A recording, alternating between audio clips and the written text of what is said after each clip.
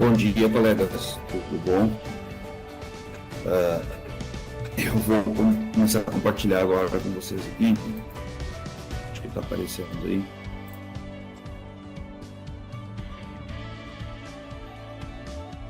Eu estou com uma tela hoje só, está aparecendo bem? Sim, tá ok. Ok. Então, deixa eu vou apresentar aqui. Eu não vou estar enxergando vocês agora aqui, tá? Daí qualquer coisa, me avisa aí. Sim, pode deixar. Bom, pessoal, assim, ó, o que eu trago hoje nós mais ou menos uma hora agora a gente vai dar uma conversada, tá? Mas eu acho que passa rápido. E também para dar um ensejo, porque depois eu vou ter vídeos complementares sobre o que eu vou trabalhar aqui, tá? Eu trago então hoje assim para a gente discutir, né, e talvez para muitos trazer uma nova abordagem, né, alguns novos conceitos e também um olhar mais instrumental, mais prático de como às vezes implementar e desenvolver recursos, né, tendo esses conceitos como base. Então eu coloquei aqui o pensamento computacional e a criação de aplicativos educacionais, né? Eu verifiquei agora que vocês tiveram, acho que no outro encontro, né, a perspectiva de utilização de aplicativos educacionais, né, que é muito interessante também como complemento ao que a gente já faz. Mas aqui eu trago uma palavra nova que é a questão da criação, tá? Criação de aplicativos. Então, geralmente, a gente é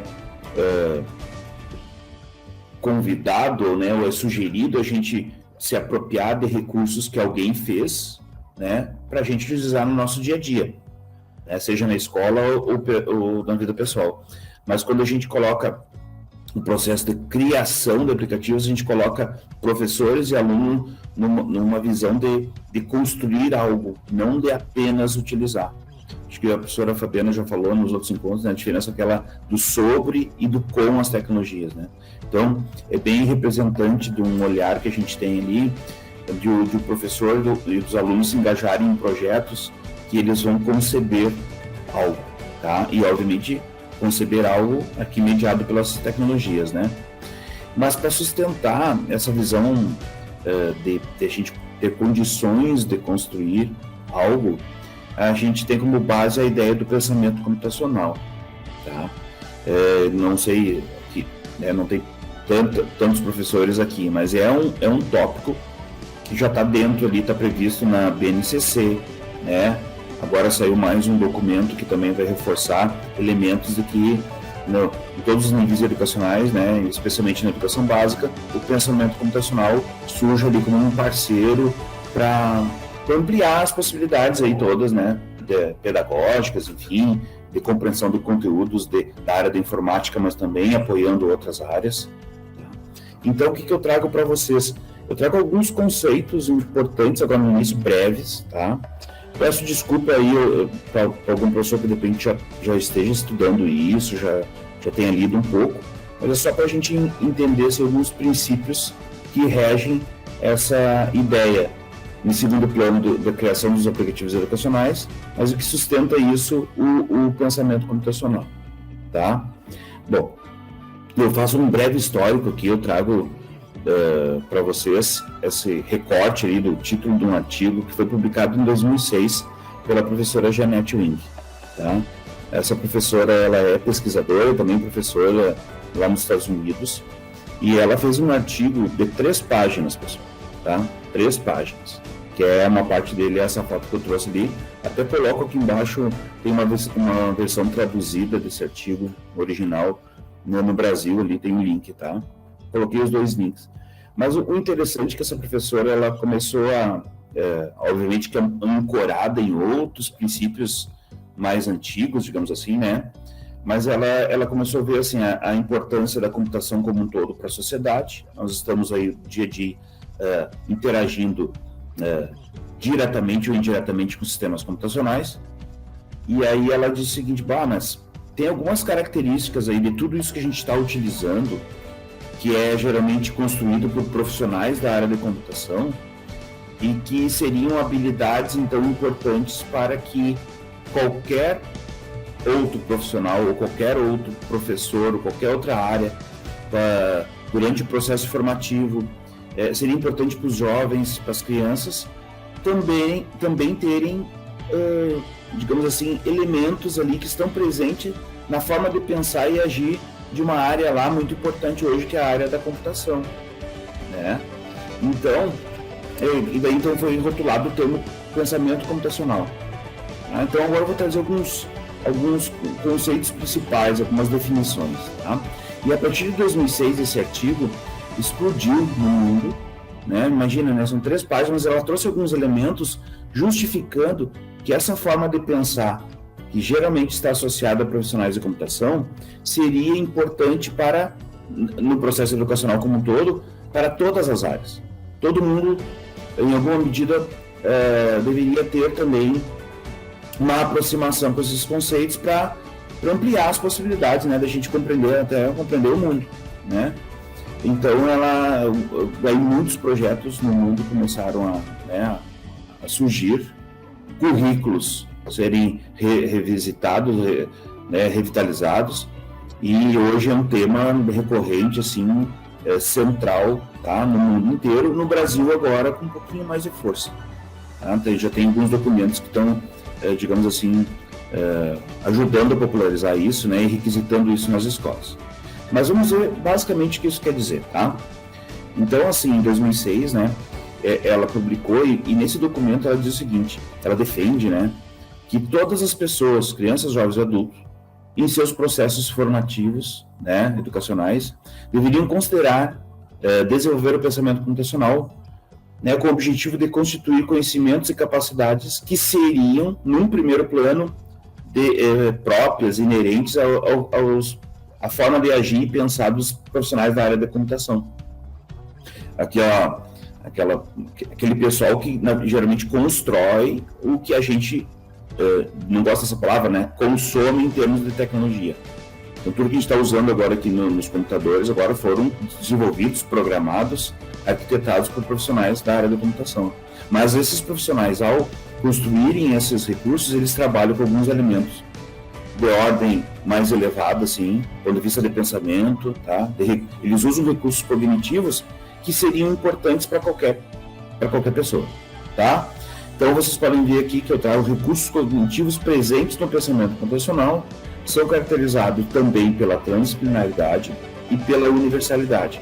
Ou seja, a professora, essa aqui, ela resgatou alguns elementos que dizem que isso aqui é importante para qualquer pessoa, ou pode ser importante para qualquer pessoa, não só por essa tribo aí relacionada ou por esse olhar de profissionais da área de computação, tá? Então, algumas definições, e são várias, tá, pessoal? Não tem uma definição clássica assim que a gente possa utilizar, por isso que eu gosto de trazer várias para vocês. Então, olha só, de maneira bem simplificada, o pensamento computacional, né, definido lá pelo Ing, consiste em uma abordagem direcionada à resolução de problemas. Então a gente pode até ver, tá, mas o que isso tem de novidade, né?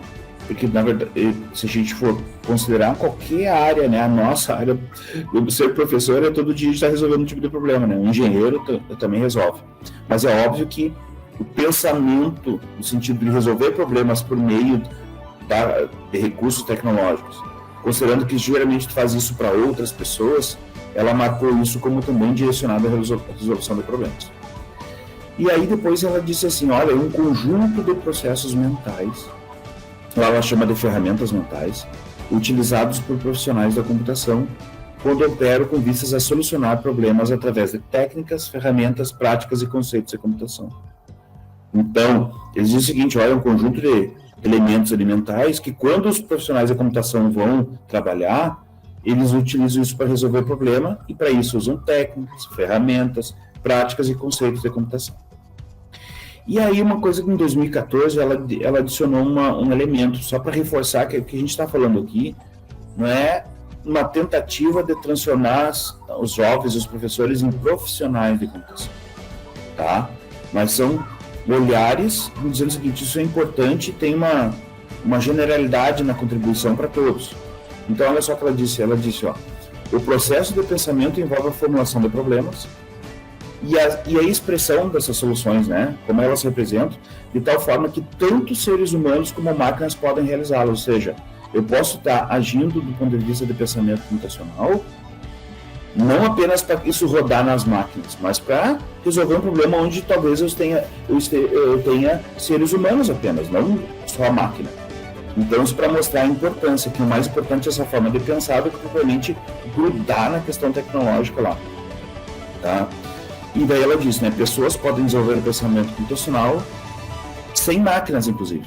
Então, tem uma literatura vasta com atividades pedagógicas, lúdicas, onde se trabalha ideias e esses conceitos do pensamento computacional, trabalham sem ter o artefato computacional, né?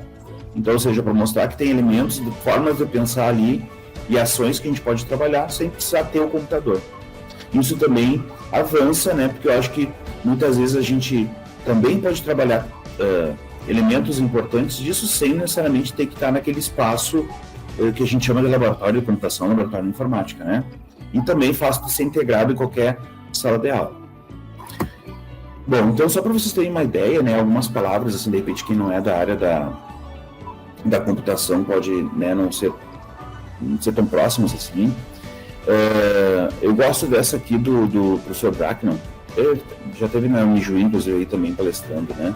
Diz o seguinte: o pensamento computacional é uma distinta capacidade criativa, crítica e estratégica humana de saber utilizar os fundamentos da computação nas mais diversas áreas do conhecimento, com a finalidade de identificar e resolver problemas, de maneira individual ou coletiva, né, colaborativa, através de passos claros, né, etapas claras, de tal forma que uma pessoa e uma máquina possam executá-las, né, de maneira eficaz.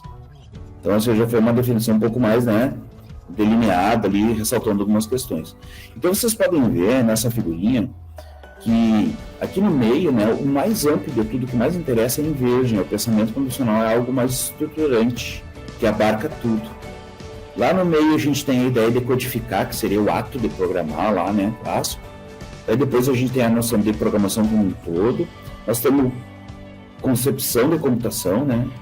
Olha ali o que diz na parte da computação: solucionar problemas, entender do comportamento humano, projetar sistemas.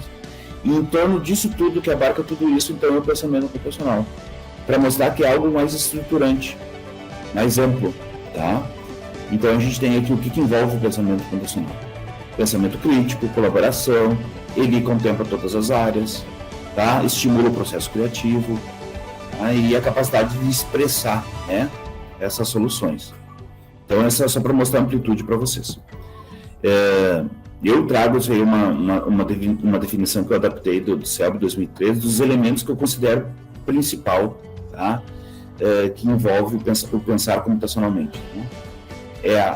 Quando a gente trabalha com isso lá, ou consegue trabalhar os elementos do pensamento computacional, nós estamos reforçando, estimulando a capacidade de abstração como elemento central, tá? E geralmente quando a gente vai pensar em fazer isso para outras pessoas, a gente vai pensar em construir um artefato computacional, construir um aplicativo, né, resolver um problema, a gente tem que ter essa capacidade de abstração como elemento central. E aí, associado a isso, a gente tem o pensamento algorítmico, que é conseguir dizer o seguinte: quais são as sequências de etapas, atividades que eu tenho que cumprir para resolver o problema, né, qual é a lógica disso. Então isso estimula, a gente chama de pensamento algorítmico, pensar em passos organizados de maneira clara.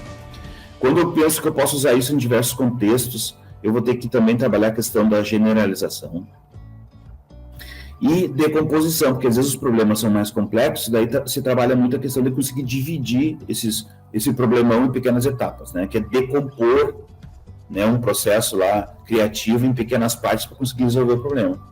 E, obviamente, no canto direito aí, a gente avaliar isso aí constantemente. Como é que eu avalio se o meu pensamento algorítmico está correto, né, se eu conseguir generalizar, se a minha abstração está bem definida.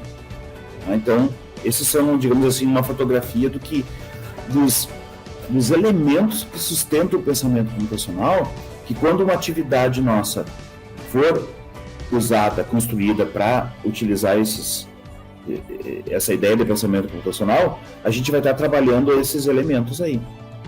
Depois eu até reforço a questão lá na ferramenta para vocês, sobre como é que isso pode acontecer lá dentro. Eu trago mais um aqui, pessoal, que esse aqui já está num documento, acho que a professora Fabiana até já apresentou para vocês.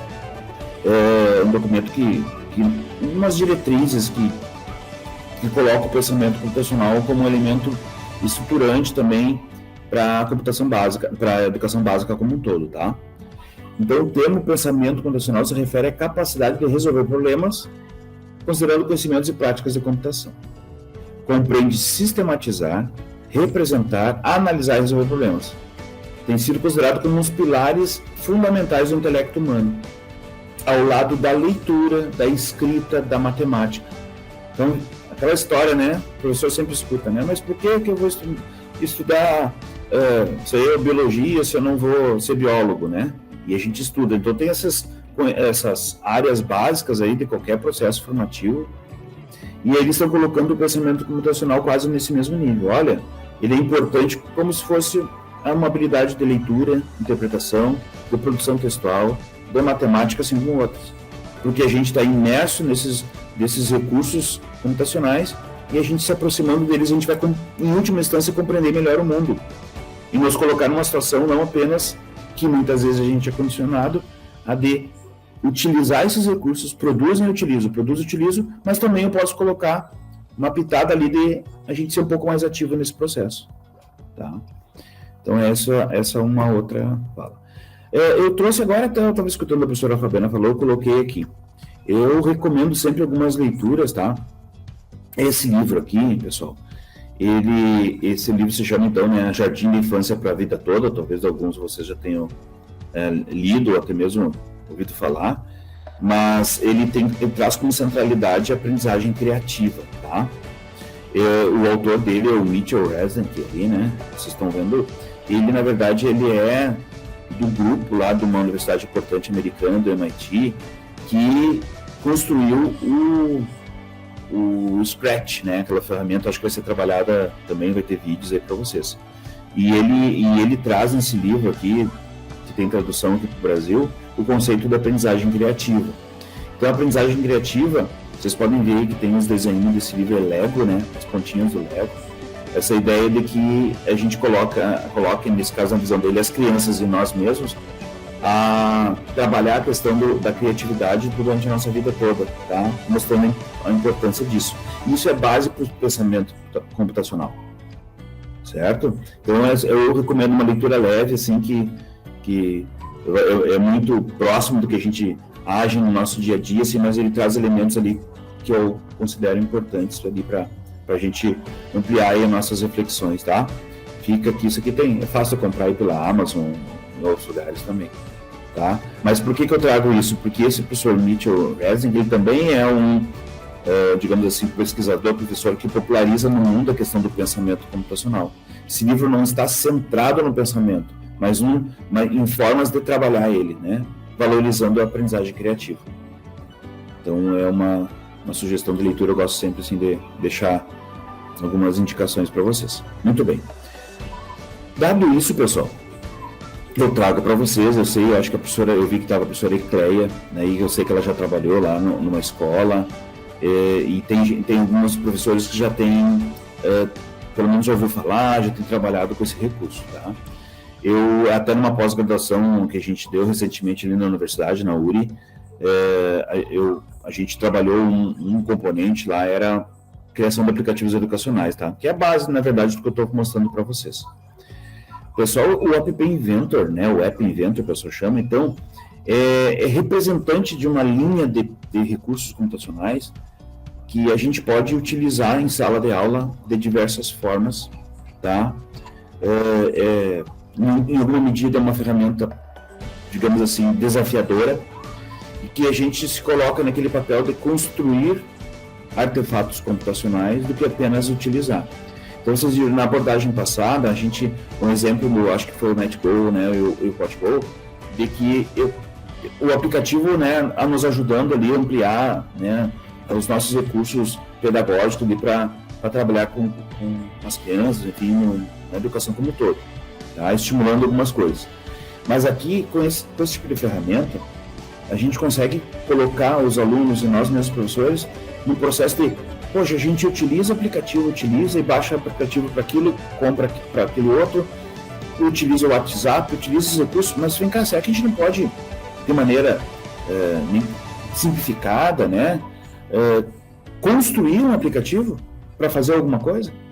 Não que o aplicativo que a gente vai fazer é o principal, é o ponto final, né, mas o processo de construir algo que depois as pessoas vão utilizar, ou vão ter uma ideia de utilizar, a gente faz uma inversão, a gente coloca os sujeitos muito mais numa visão de engajada para construir e resolver um problema do que propriamente utilizar apenas, tá?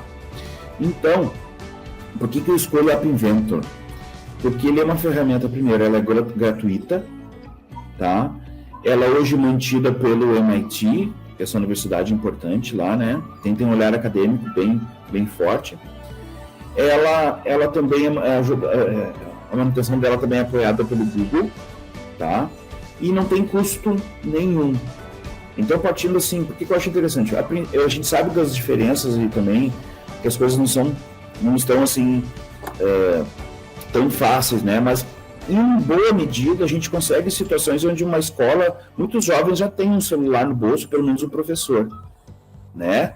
E aí com ferramentas que a gente não tem um custo de aquisição, é basicamente explorar elas e colocar isso num espaço de aprendizagem.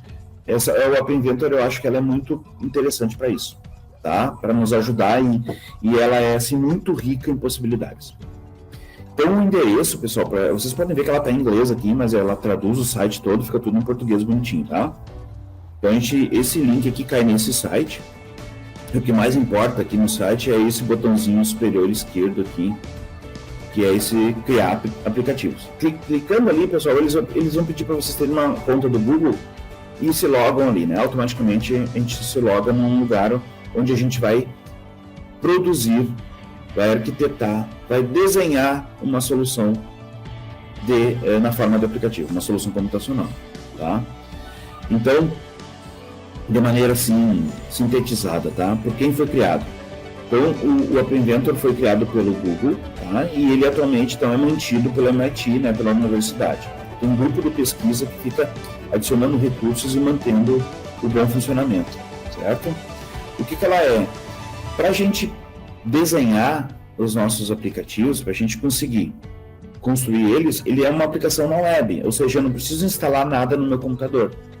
Eu preciso ter só um browser, né, um navegador, me logo lá naquele endereço e eu faço tudo no navegador, certo?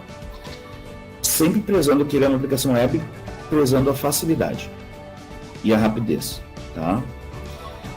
Bom, algumas características. Então, ele é um ambiente interativo de programação visual, ou seja, a gente vai ficar arrastando componentes, brincando de Lego. Muito parecido com o que faz o Scratch. Muito parecido mesmo. O princípio é o mesmo.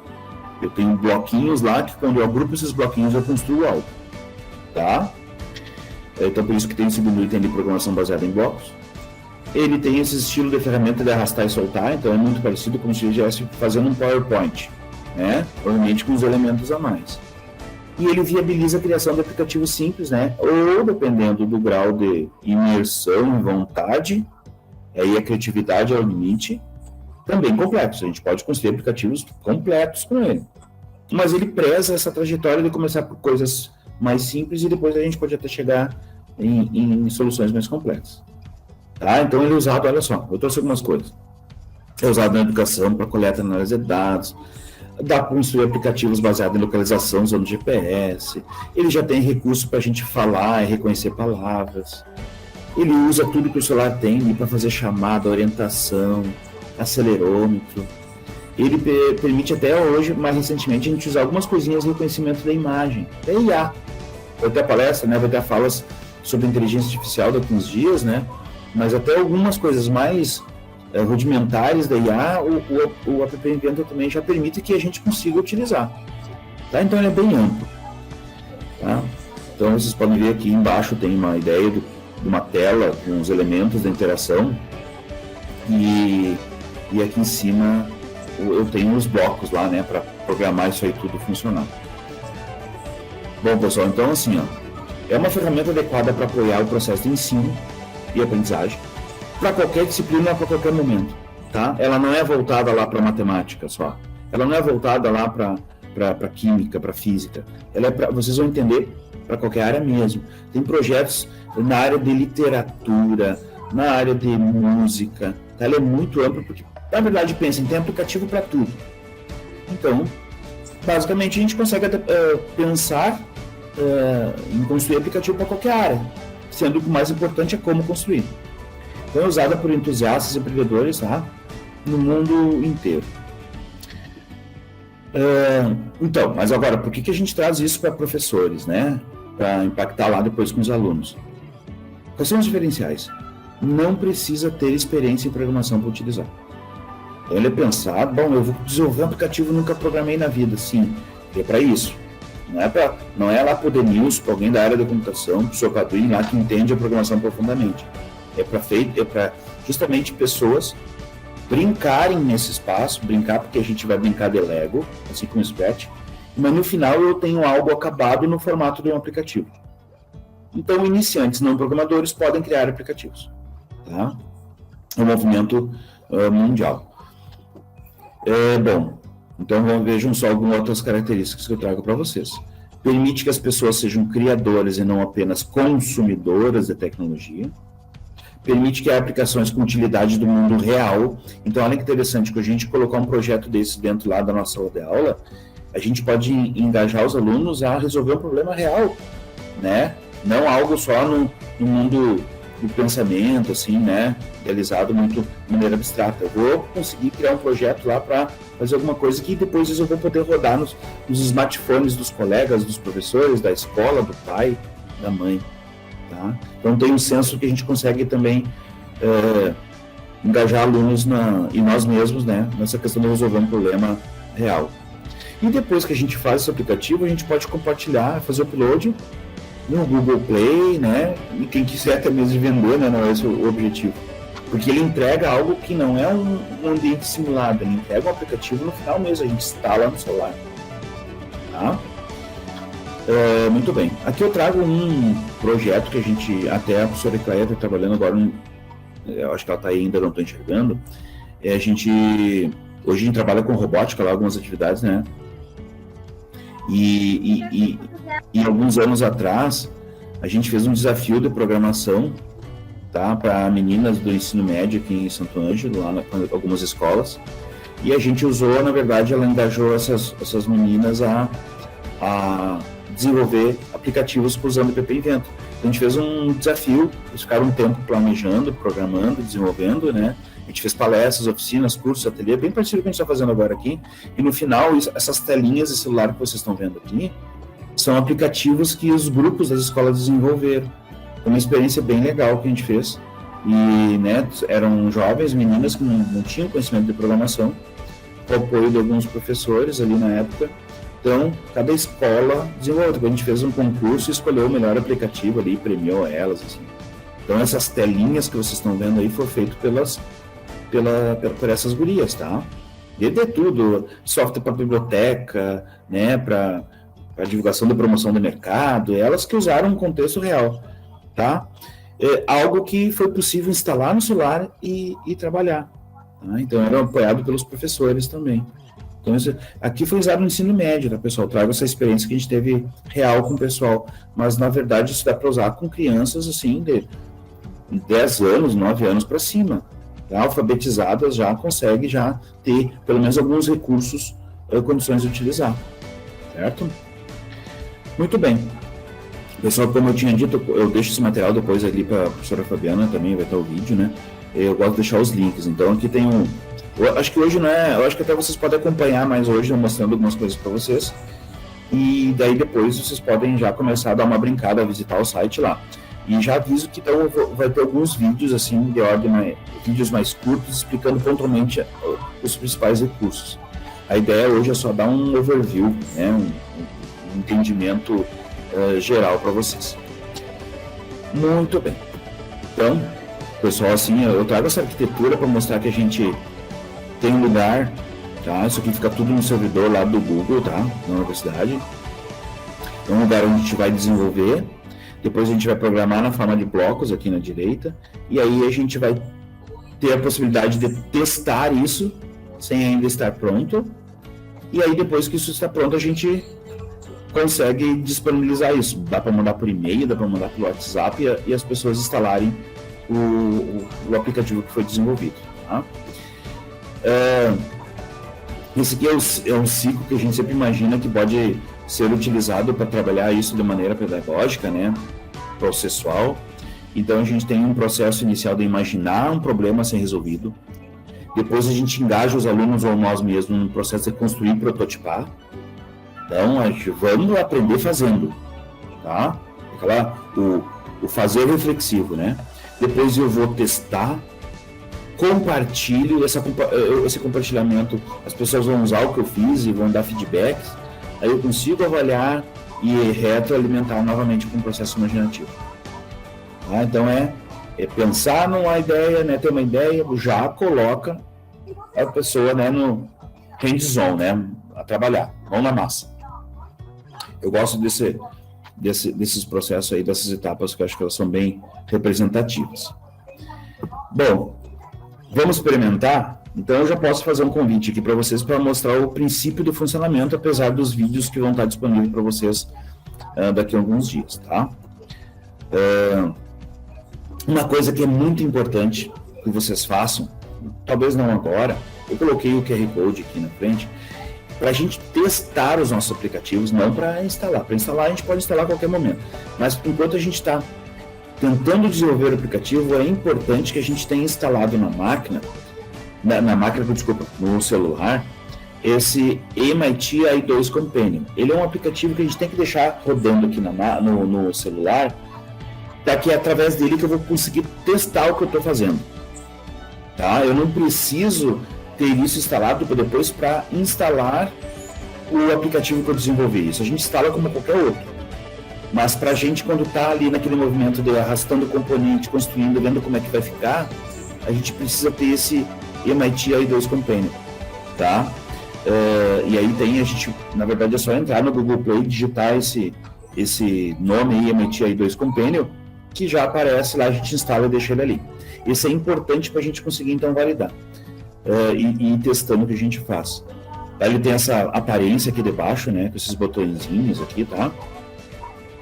E então eu vou mostrar, e daí depois disso a gente consegue ir direto pro site e já começar a brincar, tá? Eu vou pedir aqui licença para vocês, e aí eu vou mostrar, eu tenho aqui, pessoal, ó, aqui eu acho que tá a tela do meu celular, vocês devem estar conseguindo enxergar. Estão conseguindo enxergar aí?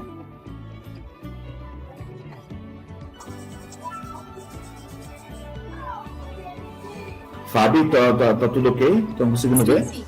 Sim, tá dando sim. Tá, então essa aí é a tela do meu celular aqui, tá, pessoal? Eu vou mostrar para vocês, olha aqui, esse, ó, MIT i2 Companion, vocês viram? Eu tenho instalado esse aplicativo gratuito que a gente instala ali, ó, tô acionando ele, ó, e ele abre essa telinha. Para que é importante isso? Somente para a gente testar o que a gente está fazendo. Tá? Não vai, uma pessoa que vai instalar o nosso aplicativo depois não precisa ter ele, mas nós professores, os nossos alunos que vão querer construir algo, daí vão precisar ter esse aplicativo aqui. Mas eu vou mostrar o funcionamento dele para vocês. Tá? Depois eu volto para cá. Aqui eu tenho alguns exemplos, pessoal, até vou aqui atrás, ó. Esses projetos que vocês estão vendo aqui, eu até deixo sempre instalado no celular, ó. Vocês estão vendo, parece uma colmeia. São exemplos de aplicativos que eu utilizo em aula ali, que estão instalados no celular, ó. Ó, tô abrindo alguns aqui, ó. Vamos ver. Ó. Isso aqui é um aplicativo para fins de ensino, ó. Olha esse aqui. Tá? É um que eu fiz ali também para uma aula para mostrar. É um aplicativo que simula um dado, né? Então vocês podem ver que eu lanço ele aqui e ele sorteia, ele faz um barulhinho. 3. Ele faz um barulhinho, né? 3. Aí fica lançando. 2. É como se fosse assim, gerar um random. Então tem imagens associadas, uma coisa 4. muito simples. Tá? E ele também, olha só que interessante, ó. Eu consigo sacudir ele como se estivesse jogando dado. E tá usando o acelerômetro, ó. 4, Ó. 6, 1. Né? Então, também para mostrar que eu estou interagindo pelo botão, estou sorteando o número, tem uma parte de matemática ali, estou mostrando uma imagem com aquela face, né? Ó. 3. Certo? Então foi feito isso no aplicativo App Invento. Né? Então o professor lá está trabalhando com a questão da aleatoriedade dos números, quer trabalhar, tem uma função lá que os alunos podem, então vamos construir um dado. Mas vamos entregar isso na forma de um aplicativo. Então vocês devem estar vendo aí. Vamos voltar. Então tem outros aqui, né? Ó. Cada um desses aqui que eu estou abrindo são aplicativos instalados então no meu celular, tá? Eu tenho trabalhado isso aqui até com o pessoal ali na universidade, né, na URI, até com o pessoal da veterinária, para eles pensarem em produtos na área deles, né? Então, tudo isso aqui, esses que estão para comer, ó. Eu me lembro, isso aqui foi uns alunos resolveram, eles queriam ter uma carteira da vacinação que eles mesmos tivessem construído, ó. Isso aqui não foi eu que fiz, esse aplicativo aqui foi feito por alunos de veterinária, lá no ensino superior. Era outro foco, assim, mas eles que construíram, tá? Então, só para você ter uma ideia do que de algo que tudo isso que eu mostrei para vocês já está instalado no meu celular, tá? Bom, tá aí, pessoal. É interessante agora a gente ir direto para a nossa ferramenta, tá? Então, vejam só, a gente entra assim, né? Você não se preocupe em decorar nada aqui, tá? É só para vocês quebrar o gelo. Os vídeos depois vai dar o caminho das pedras para vocês, tá? Das pedras não, das flores. Ó, então clica aqui nesse Create App e ele abre isso aqui, pessoal. Olha só, deixa eu mostrar aqui para vocês. Vocês podem estar vendo, vocês estão vendo aí que isso aqui são todos os projetos que eu tenho lá na minha conta do App Inventor.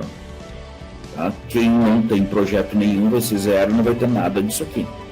Cada um desses aqui é um aplicativo que eu fiz aqui. Porque lá no mestrado eu mostro umas coisas aqui. Todos os projetos de exemplo que eu tenho estão aqui. Tá? Vocês não vão ter nada. Então, basicamente o que a gente precisa é criar um projeto. Tá? Vamos pegar aqui, ó. Eu vou abrir um projeto pronto. Ó. Olha o que ele já mostra para nós. Ele mostra na parte central da tela uma tela de um celular, quase como se fosse um slide do PowerPoint. É aqui que eu vou desenhar minha interface. Na esquerda é o que eu quero colocar nessa interface. Vocês podem ver que tem botões, tem entrada de texto, tem letrinhas ali, palavrinhas, né? Tem botõezinhos aqui. Então a gente vai basicamente desenhar a parte gráfica do nosso aplicativo. Aqui na direita ele tem essa que ele mostra todos os componentes que eu estou usando, né? Então aqui vocês vão ver esse botão mais aqui, ó. Quando eu marco ele, que é o botão que seria para somar, né? Olha só aqui. Ele marca que esse botão selecionado é esse, o botão soma. Esses nomes, todos é nós que damos o nome, tá? E que lá na direita é uma possibilidade de a gente configurar alguma coisa. Tamanho da fonte, se eu quero esse botão grande, que ele tome a tela inteira, que ele pegue uma parte só. Então uma área que essa área que vocês estão vendo aqui na frente de vocês, é uma área onde é uma área de design.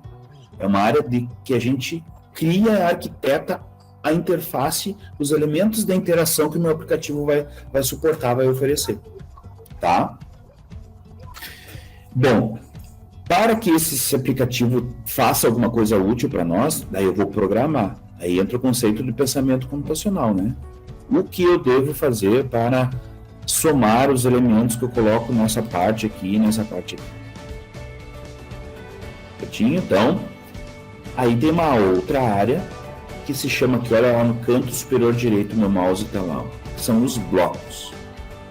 Clicando nos blocos, vocês podem ver que aparecem os bloquinhos lá que a gente brinca de Lego. Isso aqui, vocês podem estar vendo, eu vou fazer do zero agora para vocês, assim, olha, quando o botão tal for clicado, eu vou abrir outra tela. Quando o botão limpar for acionado, eu vou limpar a tela, e o que eu tenho que fazer para limpar a tela? Quando o botão soma for clicado, eu vou pegar e somar o que está numa parte com outra e colocar o resultado na outra. Vocês podem ver que eu clico e arrasto os componentes, ó. Eles dão um clique que nem Scratch, quem já trabalhou com Scratch aí, possivelmente tem professores que já trabalham com isso. É bem isso, a gente vai... Aqui essa área, então, de blocos, é a área onde eu estou programando alguma ação que o meu aplicativo tenha que fazer. Tá? Então, design, eu desenho. Arquiteto, parte gráfica, os recursos que ele vai precisar ter. E em blocos, eu vou dar vida àquilo. Tá? Geralmente, quando a gente está brincando lá numa apresentação, num Canva, num PowerPoint, a gente só faz isso aqui, né? Porque tem de novidade nessa ferramenta que eu consigo dar comandos para fazer alguma coisa com aqueles elementos que foram inseridos. Certo? Então, é essa o princípio de trabalhar, né, com a App Inventor, para produzir, para criar.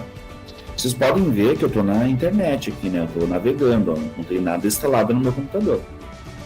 Certo? Então eu vou criar um projeto do zero aqui para vocês terem uma ideia. Olha só que interessante. Eu vou criar um projeto novo. Ele vai pedir um nome, é o nome de um arquivo, né? Então você, projeto exemplo ProEdu. Tá? O que ele vai fazer agora? Olha só que interessante. Que geralmente vai aparecer para vocês direto assim, na primeira vez de acesso. Olhem bem.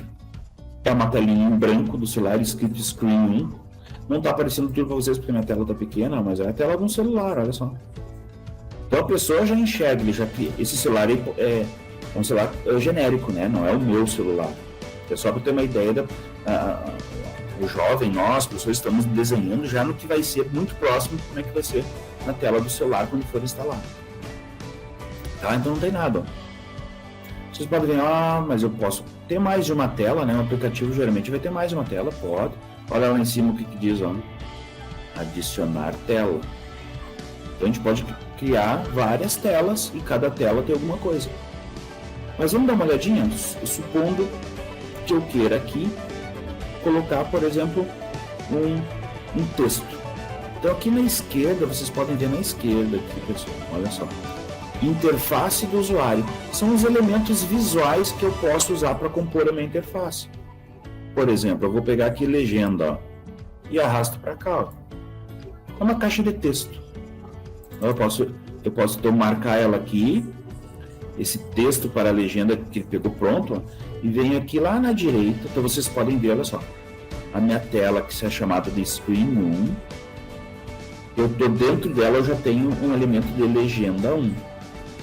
Esse texto que está aparecendo eu não quero, então eu venho aqui na direita, na área de projeto, ó, e vou trocar esse texto, ó, não tem texto. Então eu vou colocar aqui, exemplo de recursos gráficos. Ó, ela já trocou o nome ali. Mas eu quero que essa não fique no canto esquerdo aqui. Vou aumentar a fonte, o tamanho da fonte, vamos botar para 24 vezes. Ó, ficou grande. Como se eu estivesse fazendo PowerPoint, ó, não é? Aí eu quero negrito, eu quero que tenha uma cor de fundo, olha só. E eu quero que ele tome toda a largura. Então eu venho aqui, eu quero que preencher principal, ó. E ele vai tomar toda a tela do celular.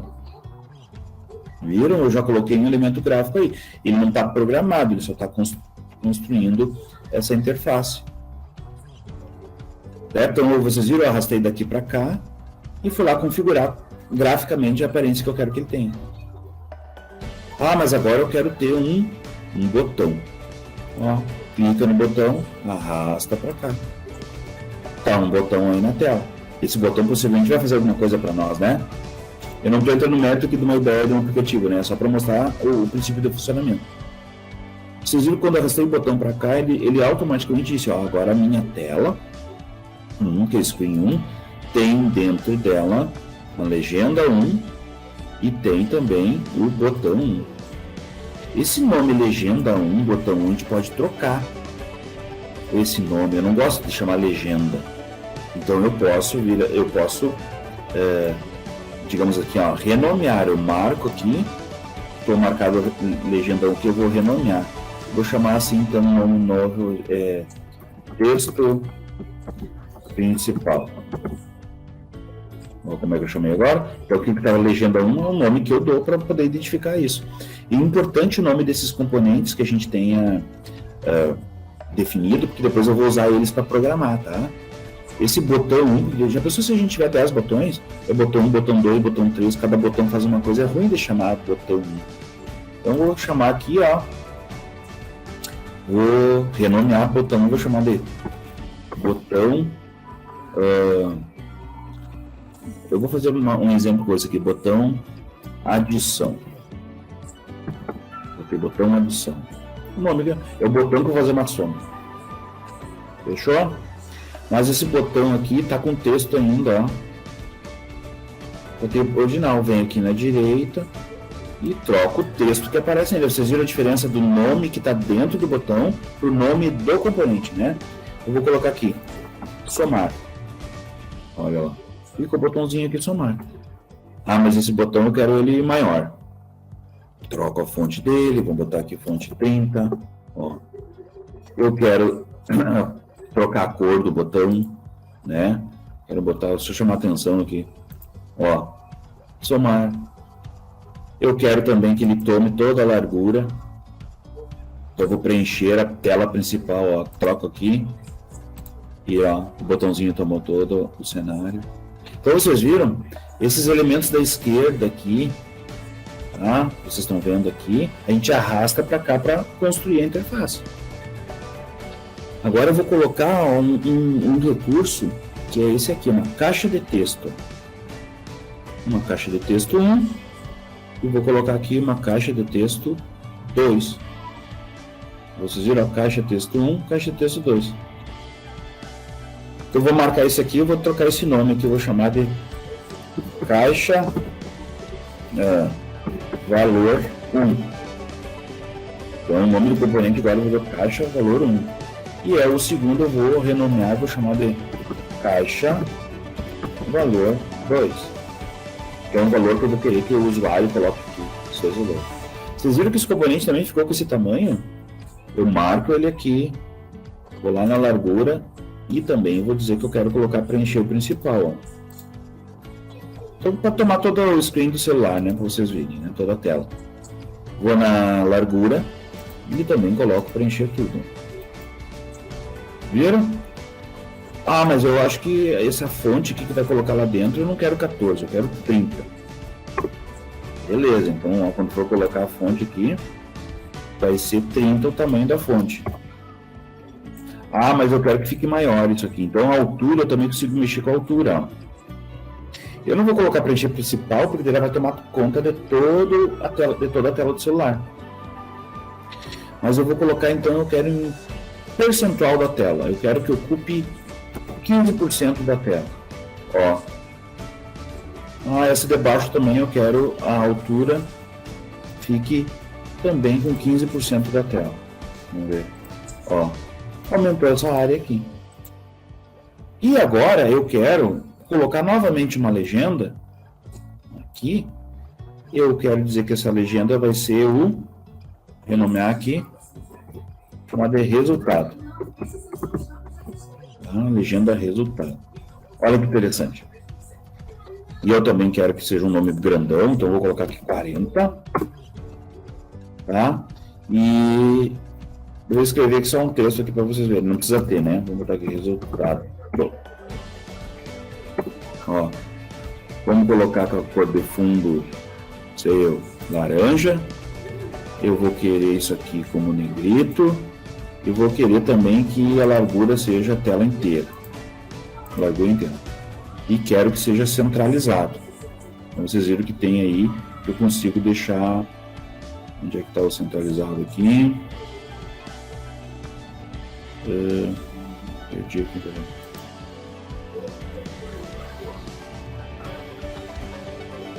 Aqui, ó, eu quero que seja assim, central. Tá? Vocês viram, supondo que meu celular fosse quero somar dois valores, ó, tá aqui. Exemplo de gasto, um botãozinho aqui eu vou colocar um valor. Fechou? Vejam só que interessante agora. Eu vou mostrar para vocês que agora eu quero testar para ver como é que está na tela do meu celular. Isso não está pronto no aplicativo, eu só estou desenhando ele, né? E aí que vai ser importante, olha só esse recurso para a gente ir testando. Eu vou aqui e vou dizer assim, ó, assistente AI. O que ele vai fazer? Ele vai gerar esse QR Code. Se você estivesse na casa de vocês para testar isso que aconteceu, a única exigência é que eu tenho que estar com o meu notebook ou o meu computador na mesma rede que eu esteja trabalhando com o celular, né? Ele gerou esse QR Code. Então, vejam só o que vai acontecer agora. Eu vou pegar, vou deixar aqui no cantinho, peraí, usar o meu... Aqui, ó, tá vendo aqui? Essa é a tela do meu celular. Eu vou lá naquele aplicativo que eu disse para vocês, ó. E o que diz a linha azul, ó? Escanear QR Code. Então, eu vou escanear, vou permitir, aponto para a tela aí, ó. Ele já tirou a fotinha. Olha o que ele vai fazer agora. Eu já vou ver no meu celular como é que ficou o resultado do meu design. Olha aí. Então, aqui, isso que vocês estão vendo aqui, aqui, ó, é como é que está na tela do meu celular. É? Viu? Eu coloco aqui, já consigo digitar o número, ó. 66. Consigo colocar aqui 88. E o resultado, eu pressiono o resultado, pressiono o botão soma, mas não faz nada, porque eu não programei ainda para somar. Eu só desenhei a interface. Então, vocês viram que eu já consigo ir testando? Acho que essa tela tá boa. Meu celular é grande, né? Então, eu vou em branco aqui para baixo. Fechou? Então, viram? Eu consigo ir testando. Então, eu usei aquele software, o Companion, para mostrar que eu já posso testar o que eu esteja fazendo. Eu não instalei ainda no meu celular. Certo? Muito bem. Então, agora eu vou voltar para a tela. E eu até consigo, não, mas eu não quis essa cor, ó. Eu venho aqui, eu não quero que seja rosa, eu quero que seja amarelo. Olha como que é interessante, ele já deixa amarelo aqui para mim, no meu celular, ó. Interativo, eu testo lá e já vejo na tela do celular. Tá bom? Eu não gostei desse dica aqui para texto, esse texto que tá aqui. Não tem problema. Venho para cá. Marco, ele tem um texto aqui que é essa dica, eu não quero ter dica nenhuma. Deleto aqui, vem aqui, deleto aqui. Podia ter dito, né, digite aqui o valor. Quando eu voltar lá, ó, já não tem mais aquele texto. Eu tenho o botão somar, aqui eu posso colocar um valor, aqui eu posso colocar outro valor e pressionar no resultado que não está mostrando nada ainda. Porque eu não programei, eu só aptei a interface. Tá? Muito bem. Pessoal, aí é o seguinte, ó. Então, aqui eu já tenho elementos gráficos. Olha a quantidade de elementos gráficos que eu tenho para arrastar para cá. Mas não é só elementos gráficos que eu posso trazer para cá. Eu posso trazer elementos para organizar a tela. Às vezes eu quero botar 20 botões, eu vou fazer um jogo, um negócio, são elementos. Mídias, pessoal. Eu posso usar o recurso de câmera do celular, tá? Tocador de som.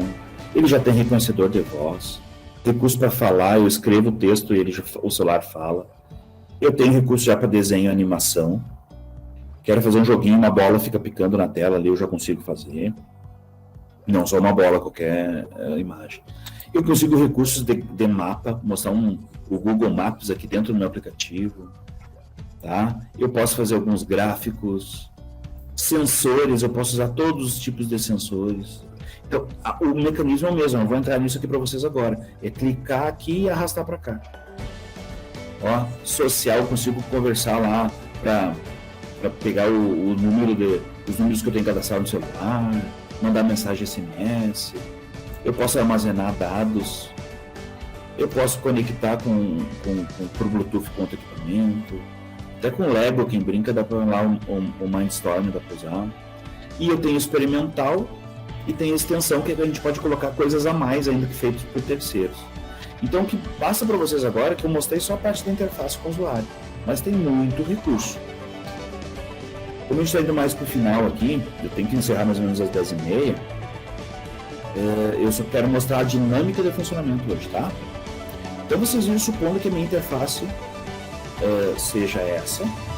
Eu quero fazer um aplicativo que eu coloco 2 valores, eu somo ele e mostro o resultado, uma coisa bem simples. Eu fiz a minha interface gráfica. Mas eu não quero aquela palavrinha Screen 1 ali, ó, lá em cima. É só vir aqui, clica no Screen 1, ele marca, e aqui a gente pode trocar o texto que está lá. Tá? Ó, título screen 1, posso colocar exemplo calculadora. Vocês podem ver que agora lá em cima ficou exemplo calculadora. Não quero aquela barrinha cinza lá em cima. Venho aqui e desmarco. Ó. Título visível? Não. Ó, sumiu lá. Então vocês viram, eu estou configurando minha tela toda aqui. E dá para fazer uma série de outras coisas que não cabe agora. Pessoal, a parte mais importante talvez, para trabalhar a questão do pensamento computacional e valorizar a aprendizagem, tá? Criativa. Agora eu vou naquela parte onde eu vou programar sem nunca ter sido programador, tá? Então veja, eu estou com a área de design, agora eu vou para a área de bloco. Viram? Blocos. Clico em blocos, crio esse espaço em branco, é aqui onde eu vou arrastar os elementos que eu quero fazer. Por exemplo, vocês viram que daí o nome dos elementos visuais que eu coloquei lá estão aqui, ó. O que eu quero dizer? Tá? Eu quero dizer o seguinte, que eu quero pegar o que foi digitado na caixa de valor 1 e somar com o que foi digitado na caixa de valor 2. Então eu quero fazer uma soma. Soma é uma operação matemática. Então eu vou aqui na operação matemática. Ó. Viram? O que eu vou pegar agora? Ó, tem aqui um bloquinho que faz soma. Ó. Arrastei para cá. Vocês podem ver que ele tem um formatinho aqui, bicudinho, que isso aqui vai grudar em alguma outra coisa. Mas eu quero somar. Da onde vai vir os valores que eu quero somar? Esses dois valores. Olha, eles vão vir da caixa valor 1. O primeiro um deles. Então, da caixa valor 1, eu vou querer... Ó, o que eu vou querer? Eu vou colocar ali dentro. Ó. Só que eu vou querer não a cor de fundo, eu vou querer o texto que for colocado lá. Vou na caixa valor 2, vou que tem blocos específicos que eu posso fazer aqui.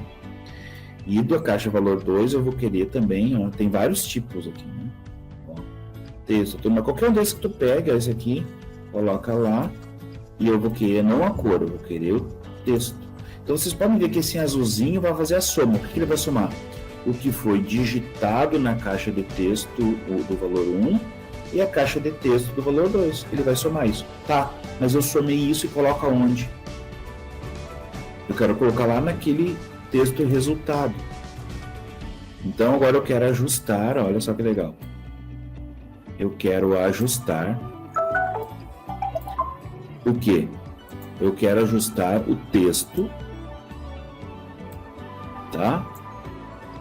Para que valor? O resultado disso aqui, ó. Grudou. Então, olha só, eu estou ajustando o resultado, que é o nome daquele componente que eu coloquei, para receber que texto? O resultado da soma do que foi digitado na caixa 1, do texto que foi digitado na caixa 1, mais o texto que foi digitado na caixa 2.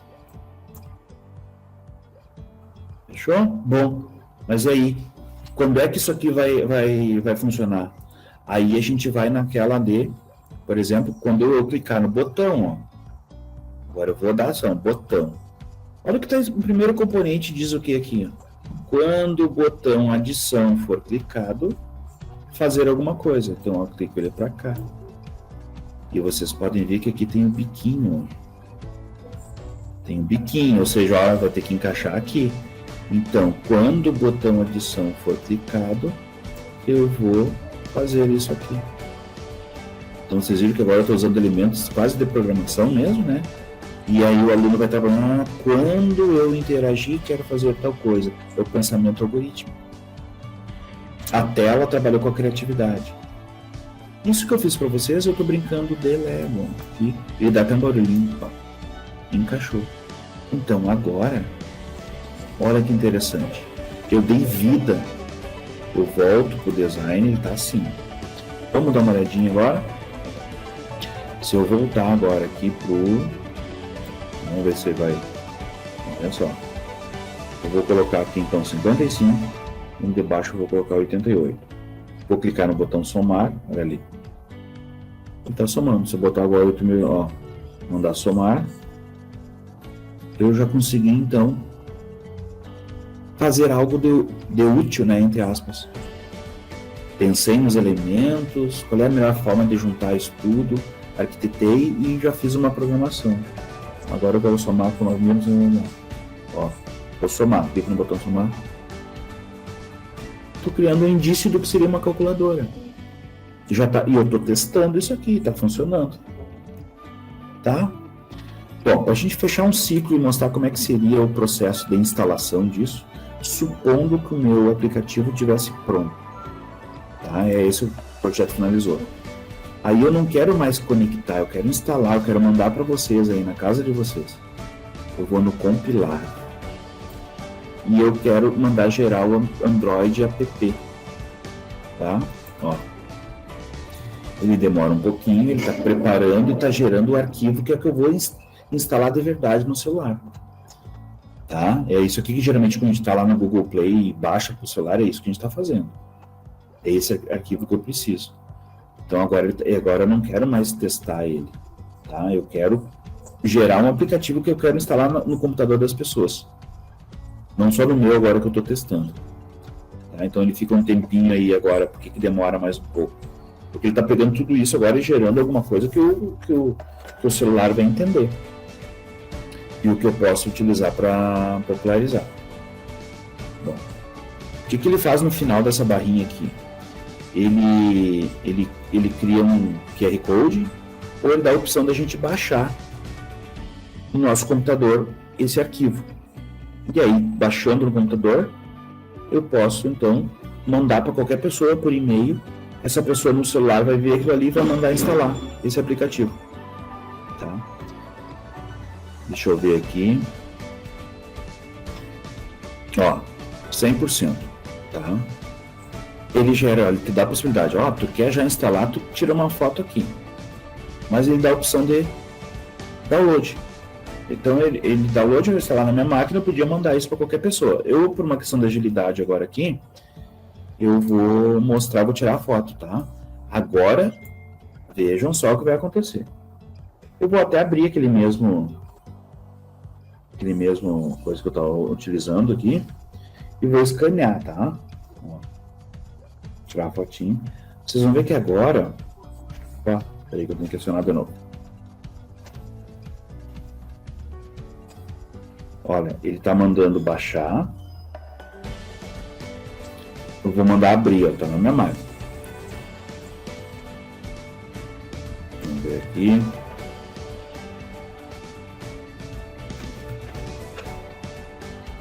Ver como é que tá aqui a instalação. Ó, vocês viram que tem ali projeto, tá aqui pessoal, ó, projeto ProEdu APK. Eu vou executar ele, ó. É o que aparece para mim, ó, como se estivesse comprando o aplicativo, né? Quer instalar? Quer. Ó, tá instalando agora esse aplicativo no celular. Ok. Ó, ele só diz assim, olha, esse aplicativo não é, tu não comprou lá da Google Play, tu tem certeza que quer instalar, questão de segurança, né? Mas como eu fiz com vocês aqui, você não precisa estar com medo, né? Então eu vou instalar mesmo assim. Ó. Viu? Aí eu mando abrir o aplicativo. Olha, agora o aplicativo está funcionando no meu celular. Ó. Pronto, instaladinho. Ó. E até vou mostrar para vocês. Eu vou sair do aplicativo, vou sair disso aqui e quero mostrar lá na tela do meu celular como ele está lá. Ó, esse ícone aqui embaixo é o que eu fiz com vocês agora. Ah, dá para trocar o ícone, dá para fazer qualquer outra coisa. Tá? Eu deixei o nome do projeto, eu vou clicar nele, ó. É o que a gente acabou de fazer junto. Certo? Vocês viram? Então eu já estou com o aplicativo instalado no celular que eu acabei de fazer junto com vocês. Tem muita utilidade esse aplicativo? Não, não tem muita, né? Mas é só para mostrar o princípio do funcionamento. Tá? Nos vídeos que a gente vai disponibilizar depois, que eu vou gravar alguns ainda, né? Aí eu vou explicar vários recursos, né? Como é que utiliza, como é que eu faço para abrir outra tela, enfim. Eu só queria mostrar para vocês que a gente tem um ambiente rico para engajar alunos e nós mesmos a produzirem artefatos, né, computacionais e usando para isso aqueles aspectos cognitivos do pensamento computacional. Tá? Fábio, colegas, eu só dei um overview aí, geralzão, assim, para vocês verem a dinâmica do funcionamento. Os vídeos vão apoiar depois, né? E tem muito material também disponível na internet. Eu acho que é por isso, é isso aí, Fábio, eu não sei, para quebrar o gelo, assim, para ter uma ideia de que é o princípio do funcionamento. Né? E fique à vontade para perguntar algumas coisas agora. Isso, eu acho que passando para os colegas, eu sou muito simpática ao App Inventor, acho que ele parece ser, não digo fácil, né? Eu não cheguei ainda a dar uma fuçada, eu preciso fazer isso. Não sei se das gurias que estão aqui, acho que só temos gurias, né? Dá para falar no feminino, Se alguma de vocês já chegou a usar, gurias? Não ainda, Tati. Pessoal, assim, claro que quando a gente vai... Ah, tá, Cláudia, pode falar. Casualmente ontem, como eu estava me organizando para o evento de hoje, eu fui verificar a aplicação, aquela do Metaverse. Porque eu não consegui instalar, não consegui fazer funcionar no meu celular, que foi um material das aulas anteriores. E aí eu estava vendo do meu filho, que ele tem 10 anos, e ele adora esse mundo virtual. E aí nós passamos por esse aplicativo, a gente deu uma olhadinha, mas não chegamos a acessar. Mas eu vejo que ele é semelhante, como você colocou, prof, com o Scratch, e ele é muito dinâmico, e eu acredito que essa ideia que é para aplicação com adolescentes, né, que gostam que a gente possa usar essa criatividade deles, esse aplicativo permite. Eu acho que, assim, de todos aqueles que eu conheço, ou pelo menos que eu tive contato, esse é o que permite desafiá-los a fazer algo naquilo que eles gostam, né? Pelas ferramentas aí, pelas possibilidades, e como a colega também já colocou aí como um exemplo, né, que foi passado, ele permitiu que as meninas explorassem aquilo que é mais atrativo para elas, né? Então ele tem um conjunto aí de possibilidades que são muito positivas, que é tudo que a gurizada gosta, né? Envolve um conjunto aí de elementos que eles gostam, é a criatividade, é a possibilidade da individualidade, é o tempo deles, as possibilidades aí, alguns gostam de explorar mais, outros de fazer algo mais simples. Então é uma ferramenta assim bem completa e ao mesmo tempo bem desafiadora. Eu gostei bastante. Professora Cláudia, na verdade, assim, ó, ela é desafiadora porque ela é esse o princípio do livro que eu recomendei. Ela te dá um espaço de uma tela em branco para te fazer o que tu quiser, obviamente, mas ela ao mesmo tempo ela é exploratória. A gente não tem problema de errar, de fazer, a gente erra, arrasta, ela não deu certo. Esse processo de fazer e pensando no que está acontecendo e já vendo o resultado é um dos diferenciais dela, e é a que a gente acaba trabalhando aqueles elementos que é o mais importante do processo educacional, né? Para aumentar a capacidade de abstração dos alunos, de resolver problema. Ah, não, mas esse botão ficou aqui, o pessoal não está vendo. Então, tem toda uma questão de semiótica, de multimodalidade. Eu não vou pensar mais só, né, de um tipo de mídia, porque aquilo ali dá para fazer interação por voz. Essa ferramenta aí, ela é muito rica e ela é feita, sim, para que crianças a partir de 10 anos, até menos, já consigam trabalhar. O negócio é explorar e encaixar isso em projetos dentro, né, da atividade diária nossa como professor. E a gente se surpreende com o quanto que os alunos conseguem se motivar para fazer isso, porque eles vão ver, mas eu fiz isso, eu entreguei, instalei no computador do meu pai, lá no celular do meu pai. Né? Não foi algo que eu disse, velho. Então, por mais simples que sejam os projetos, eles têm essa ferramenta, é uma representante das ferramentas que valoriza a aprendizagem criativa.